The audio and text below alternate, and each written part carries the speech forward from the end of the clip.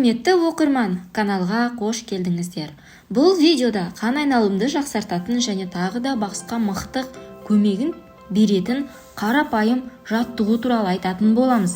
Әлеуметтік желіге кірсек болды, пайдалы жаттығулардың бірі әрі бірегейі деп осы аяқты көтеріп қоюды айтып жатады.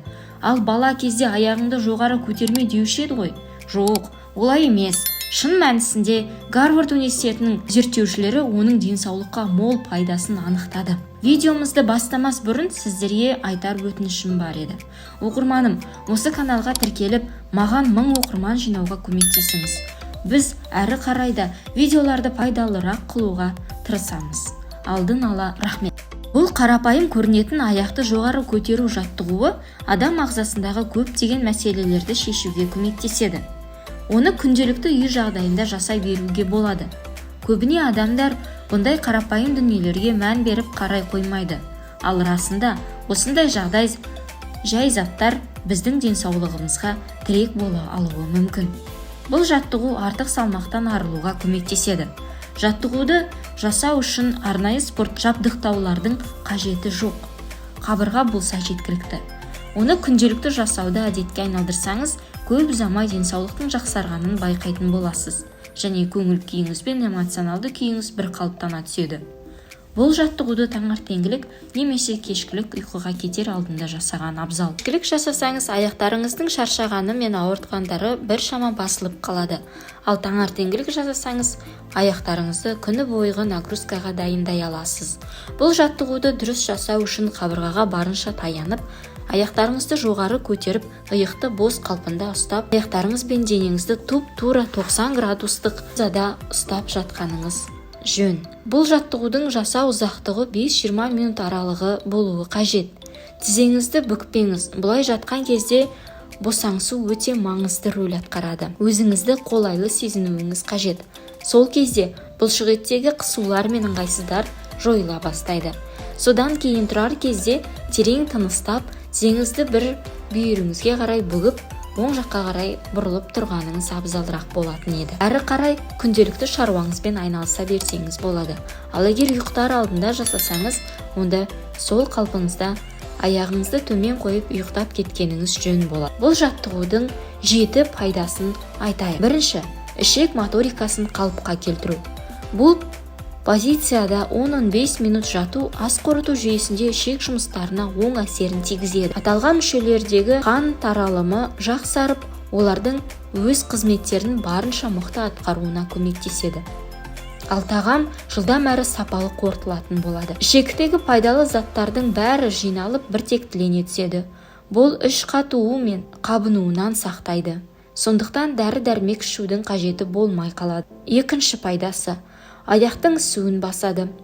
Аяқтардың жоғары қарап тұруы ісікті жылдам басады. Оның қандай себеп салдардан туындағаны маңызды емес. Мысалы, варикоз аурулары артық салмақ пен бүйрек ауруларынан туындауы мүмкін. Дәрігерлер аяқты біраз уақыт жоғары ұстау аяқтағы қан айналымды жақсарып, ісікті қайтара алады дейді. Үшінші, нерв жүйесіндегі ауыртпалықтан арылу. Бұл жаттығуды жасап жатқанда сіз терең демалып босаңсисыз. Осы кезде жүйке жүйеңіздің жұмсарып жатқанын іштей сезесіз. Физикалық жақсару ішкі күйге де әсер ете алатыны сөзсіз. Ал бұл жаттығуды жиі жасап жүрсеңіз, стресспен күресуге көмектеседі. Және сіз сабырлы күйіңізді сақтай аласыз. Төртінші пайдасы, арқадағы ауырсынуды жеңілдетеді. Бұл ауырсыну жас кәріге қарамайды. Біраз жанды мазалап жүргені рас. Оның пайда болу себеп салдары өте көп. Ең жиі кездесетіні остеохондроз, буындардың қабынуы және омыртқалардағы аурулар. Арқаның ауруы күнделікті еркін қозғалысқа кедергісін келтіретіні сөзсіз. Шыдатпай ауырсынатын болсаңыз, міндетті түрде дәрігерге жүгінбегіңіз жөн.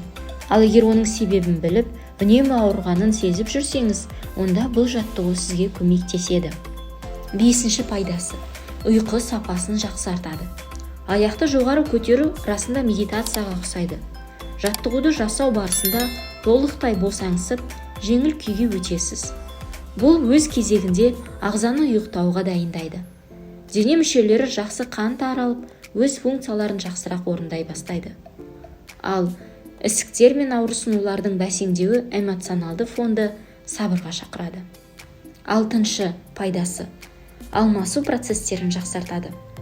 Жаттығу кезінде дене мүшелердегі қан айналымы күшейіп, олардың өмірлік циклдарын ұзартады.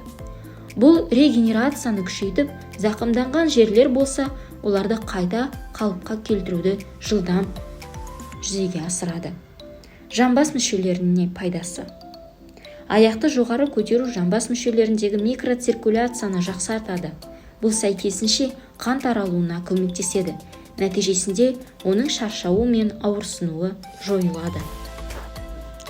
Осындай пайдалы жаттығуды күнделікті орындап жүрсеңіз, біршама мәселелерді шешер едіңіз. Егер 20 минут бойы жатудан жалығып бара жатсаңыз, кітап оқуға, сүйікті музыкаңызды тыңдауға болады. Бұл жүйке жүйеңізді тыныштандыруға, эмоционалды күйіңізді одан әрі жақсартуға көмектесетіні хақ. Бізге тіркеліп алуды ұмытпаңыз. Құрметпен, Дауа арнасы. Көріскенше күн жақсы.